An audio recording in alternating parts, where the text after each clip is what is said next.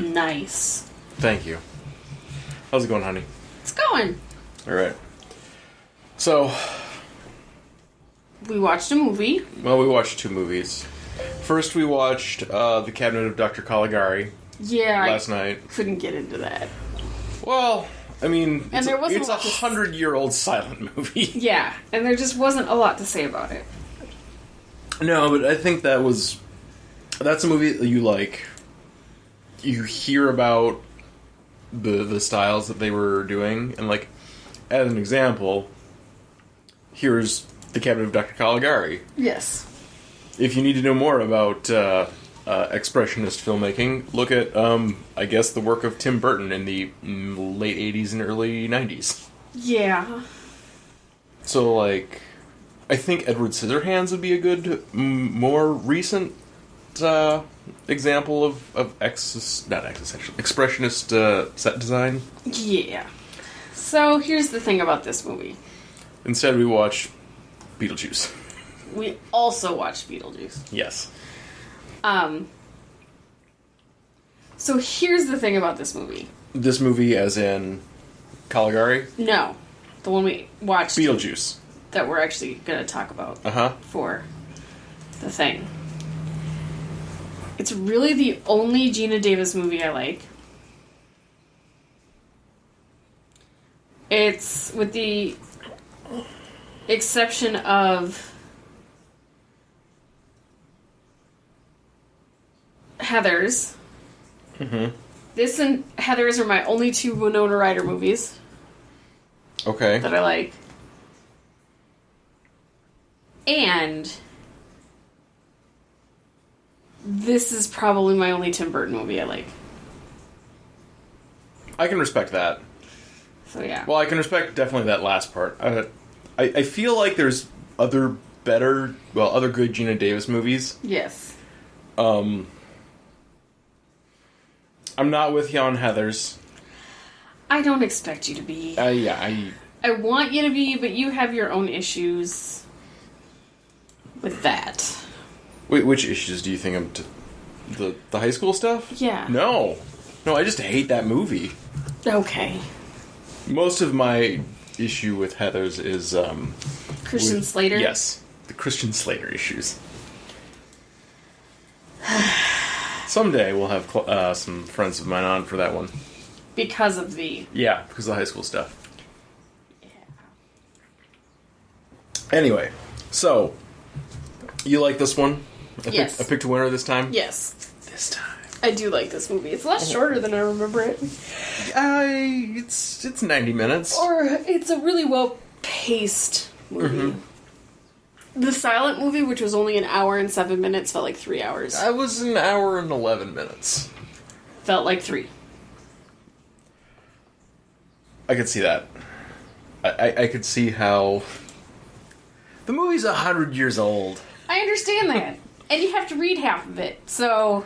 I think that is one of the things that silent movies tried to do was, like, get as much expression to convey message and not have to rely on title cards often. Right. It just seemed in that movie, and maybe just because it was German, like they were talking in German and the title cards were not, that there seemed to be a lot more conversation happening that we weren't getting the words for. I think that... Oh, that's almost certainly what's happening.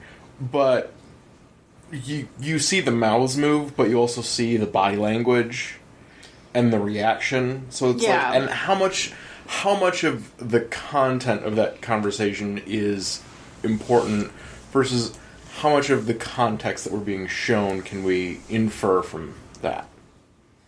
Or extrapolate from?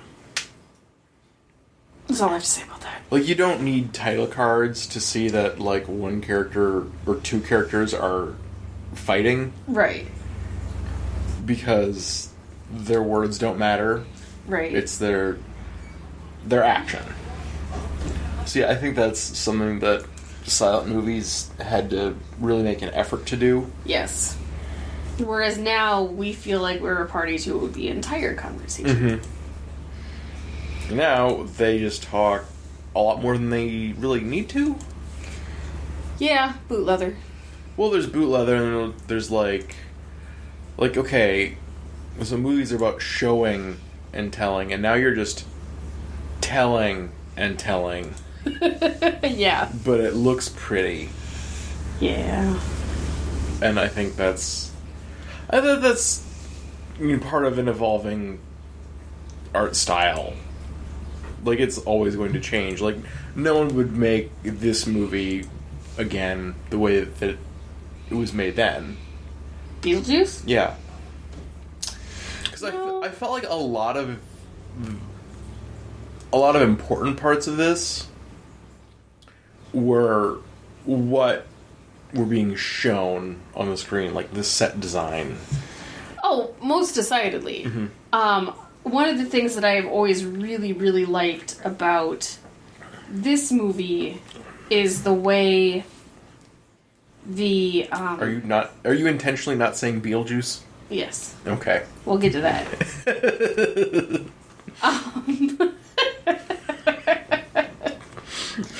We will, in fact, get to that. Okay.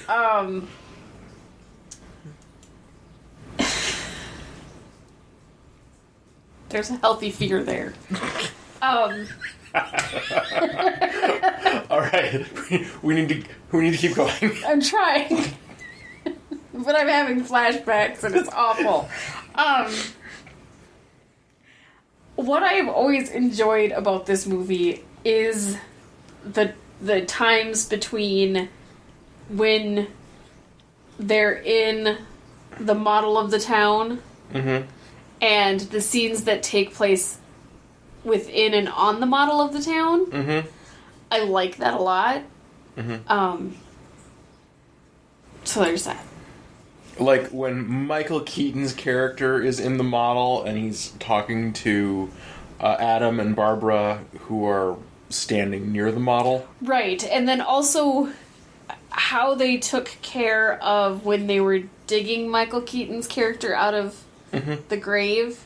The model grave, and seeing the different layers of what goes into making hills and things on in table models. There's the cardboard and the foam stuff. Yeah, and but the foam grass, but then also the different layers of foam used to create the curve of the hill, that sort of thing. And I think that is one of those things that you kind of need a weirdo director.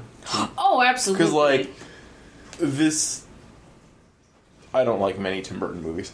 I enjoy this one because, oh yeah, that is how a scale model hill would look. Yes. Yes, I the details there, I appreciated quite a bit. And I guess, so that is, the story's cool. I like the story as well. Yeah, I mean, it's the story of a house haunting. Right. And it's a compelling story. I like the pacing of the story is really well done. Yeah. And I think it's funny that a lot of the actors wouldn't sign on to it because it was just too weird. I appreciate that. Except Gina Davis. She's like, yeah, I'm down for whatever. But now let's make it weird. Tim Burton is known for weird, so yeah. People sign on strictly because it's Tim Burton and weird, which is why he gets away with the crap that he's been putting out. Fortunately for Hollywood, since he is just Hooray for Hollywood. Since he's only putting out crap, really his leading man is always going to be Johnny Depp, who I don't need to see in things often. No, I don't. And Helena Bonham Carter, who was only ever good in Fight Club. Yeah. And even then, I didn't really like her. I am not... I thought she was perfectly cast in Fight Club. Yeah, I can see that. I can see where you would say that. Well, and Gina Davis looks... like, there is a passing resemblance between Gina Davis in this movie and Helena Bonham Carter. So he has a particular type. He sure does. Mm-hmm. I don't think that's a plus when it comes to directors. No, I don't think it necessarily is either. I don't know. And the worshipping at the feet of bothers me. Oh, but it's Tim Burton. Right. In the same... Did you guys see any of his other movies? Yeah, in the same vein of worshipping at the feet of Woody Allen. Mm-hmm.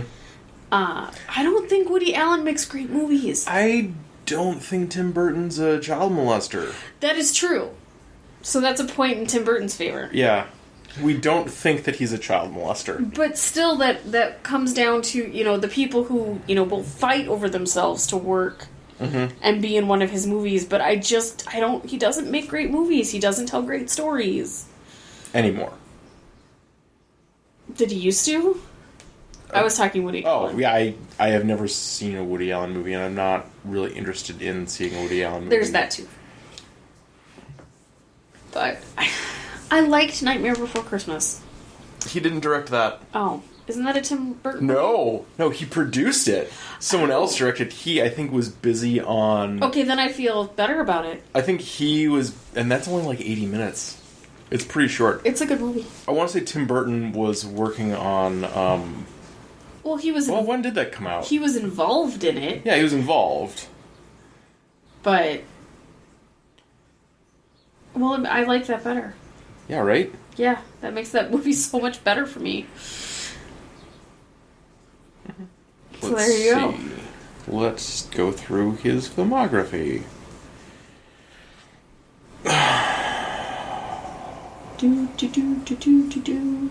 Is this when I tell the reason why we won't say that name out loud? Yes. Alright, so there is a reason why we don't say the title of this movie. Beetlejuice? That one right there.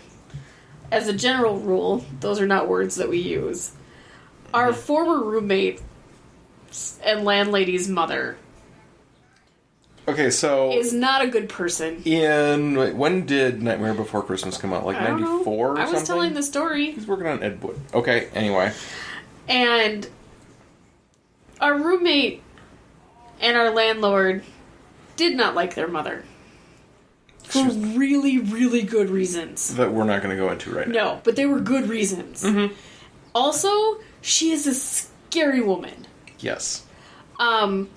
Our roommate once referred to her, my mother is from hell, and then she became a lawyer. And also, my mother is made of hate and knives. Also true.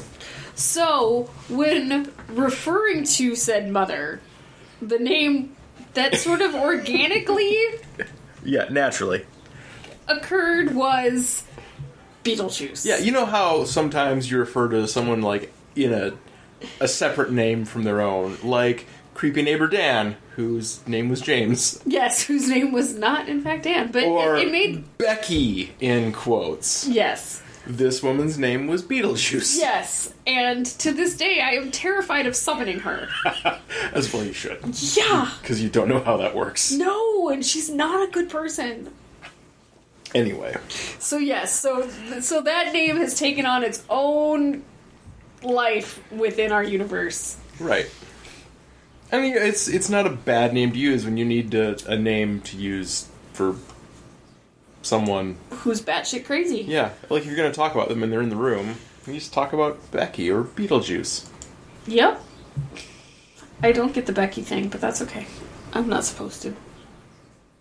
I don't understand where the Becky thing came from. But you use it all of the time. That's because you guys needed to refer to someone by a separate name. Like, oh, are you guys talking about Becky? You know, with the bad hair. I got nothing. Right, anyway. So.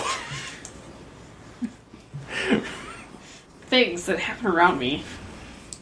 One of the things that I noticed, having been a mopey teenage goth, yes, was a little bit of how ridiculous mopey teenage goths are. Yes. But also, how much of what was in this movie was That is a grown-ass man's interpretation of what a mopey teenage goth girl is. Yes. It's like, oh, you were so good until that line right there, Tim Burton. That is not a thing that any girl would say. Her writing in her journal or whatever? Yeah. Yeah, that was not okay. Not okay. But like the, Delia hates it here, I could live here at the beginning, like, that makes perfect sense. Oh, yeah. You hate this thing? I am on board. Yes. Oh, I'm sorry, evil stepmother. You hate it here? That means I'm gonna like it all the more. Because I can. I'm going to make it a point to like it because you hate it. Yep. That's exactly the kind of thing teenagers would do. And should do. And have done. Forever. And ever. Anyway. So. Speaking of Winona Ryder, we can drink for her. Yes, we can drink for Winona Ryder. I think we drink for all of the Dietzes. Yes. There is a Dietz and then Otto as well. Ortho As well. Ortho? No. I don't know. Ortho. It's spelled ortho. No, there's only 4 letters in his name. Oh. Well, I'm going with Otto. Of course you would. Because he was the preacher guy in Heathers. Was he? Yeah, he's the one who does the sermon over the 2 dead football players. Okay. Yeah. Just before. Otho. Yes. That's what I said. Yeah, we drink Glenn Shaddix. That's his name. I want to watch more movies with Catherine O'Hara in them. The mom? Yeah, the stepmother. Yeah. She's also from Home Alone. Yes, she's the mom from Home Alone. And Home Alone 2. We've watched a movie with Jeffrey Jones. Which one's Jeffrey Jones? Yeah, from Ferris Bueller. Yes. So Tim Burton isn't a child molester, but there was in fact a child molester in this movie. Child pornographer. Oh. There is an important distinction, I think. I don't know. There's a distinction. Like you're a creep. Different part of the penal code. Mm-hmm. Yeah, Catherine O'Hara is great. Yes. And what about that guy who had a TV show that you said whose voice I recognize? Oh, Dick Cavett was in here. That guy. Catherine O'Hara was on SCTV for a while. Yes, I enjoy SCTV. Yeah. I watched SCTV in the hospital. Mm-hmm. When I was in the hospital for my... Oh shit, she was on Rock and Rule? My thyroid. And the nurse came in and sat and watched it with me because she didn't want to do other things. Nice. I think she came in to tell me to turn the TV off, but then I was watching SCTV. Yeah. Like, never mind. I'll stay in here with you for that. Yeah, this was at Children's Hospital. Yeah, Catherine O'Hara has just been in a lot of, like, comedian things. Comedic things? Comedian things.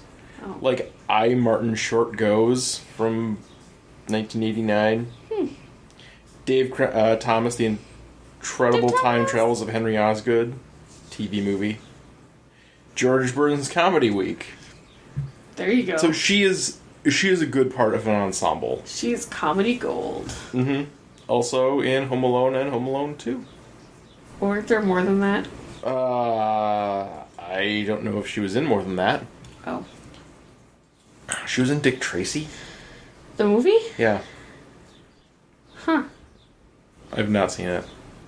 Oh. And she's Sally on Nightmare Before Christmas. Oh, cool. Yeah, really, like, Catherine O'Hara, I think she's pretty much moved to, like, kid stuff now. Right. But Catherine O'Hara is always worth watching. Good. I thought she was in Clue, but I was mistaken. Oh, that's definitely one we need to... get around to? Yeah. Yeah, right? So, further drinks. Get away from that for a hot second. Mm-hmm.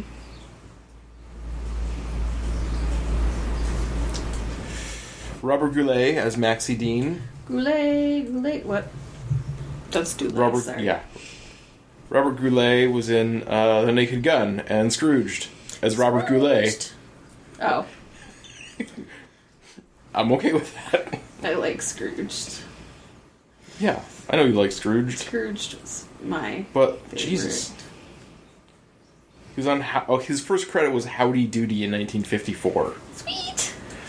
So, he's, been in things for forever. So, yeah, Robert Goulet. It's a good one to have. The guy who played Otto? Is that what he just said? Otho.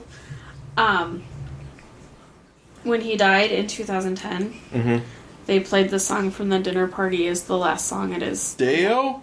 Yeah. By Harry Belafonte? Yeah. We should drink for Harry Belafonte. Because his music was just so pivotal to this. Yes. But they played it as the last song at his memorial service, which I think is pretty cool. That's awesome. Yeah. So. Oh, cool. Adele Lutz, who was one of the dinner party guests, Yes. was in The Silence of the Lambs as the TV anchor woman. We just watched that. Yeah.